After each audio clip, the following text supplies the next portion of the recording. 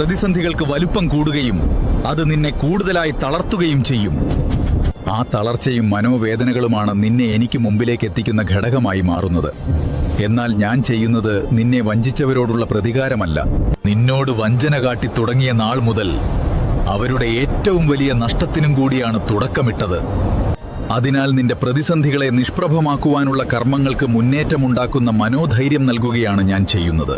നിന്റെ പ്രതിസന്ധികളെ തരണം ചെയ്ത് നഷ്ടപ്പെട്ട സന്തോഷം വീണ്ടെടുത്തു തുടങ്ങുമ്പോൾ നിന്നെ വഞ്ചിച്ചവർ സ്വയം വഞ്ചിക്കപ്പെടുന്ന സാഹചര്യത്തിലേക്ക് എത്തിച്ചേരും. അതിനാൽ നിന്നെ വഞ്ചിച്ചും അവഗണിച്ചും ഒറ്റപ്പെടുത്തിയും പോയവരെ വീക്ഷിച്ച് നേരം കളയാതെ പ്രതിസന്ധികളെ തരണം ചെയ്യാനുള്ള കർമ്മങ്ങൾക്കായി എഴുന്നേൽക്കുക. കർമ്മങ്ങൾക്ക് മുന്നോക്കമുണ്ടാക്കി നീ സ്വയം ശക്തമാകുന്നതിനോളം വലിയ പ്രതികാരം അവർക്ക് നൽകാനില്ല. വേദനിപ്പിക്കുന്ന ചിന്തകളെ മനക്കോണിൽ ഒതുക്കിക്കൊണ്ട് നിന്റെ കർമ്മങ്ങൾക്ക് മുൻതൂക്കം നൽകുക. നിനക്ക് മുമ്പിൽ പാത തെളിക്കുന്ന വഴികാട്ടിയായി ഞാനുണ്ടാകും.